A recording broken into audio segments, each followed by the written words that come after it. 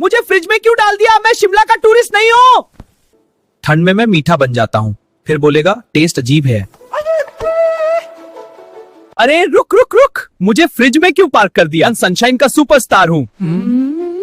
मेरा flavour log out हो जाता है। टेस्ट कहाँ गया? टेस्ट यही थन में जम गया रे। ओ भाई, मैं सॉफ्ट फ्लफी था, फ्रिज ने मुझे पाथर बना दिया। फिर तुम बटर देना, फिर तुम बटर लगा के प्रेस करोगे और बोलोगे हार्ड हो गया। हार्ड में नहीं, डिसीजन हार्ड था। सन रहा है ना तू? मेरी मिठास फ्रीज हो रही है। मैं सनशाइन का सुपरस्टार हूँ। हमारी वीडियो अच्छी लगी हो तो ऐसे ही वीडियो देखने के लिए हमें लाइक और प्लीज कमेंट जरूर करें।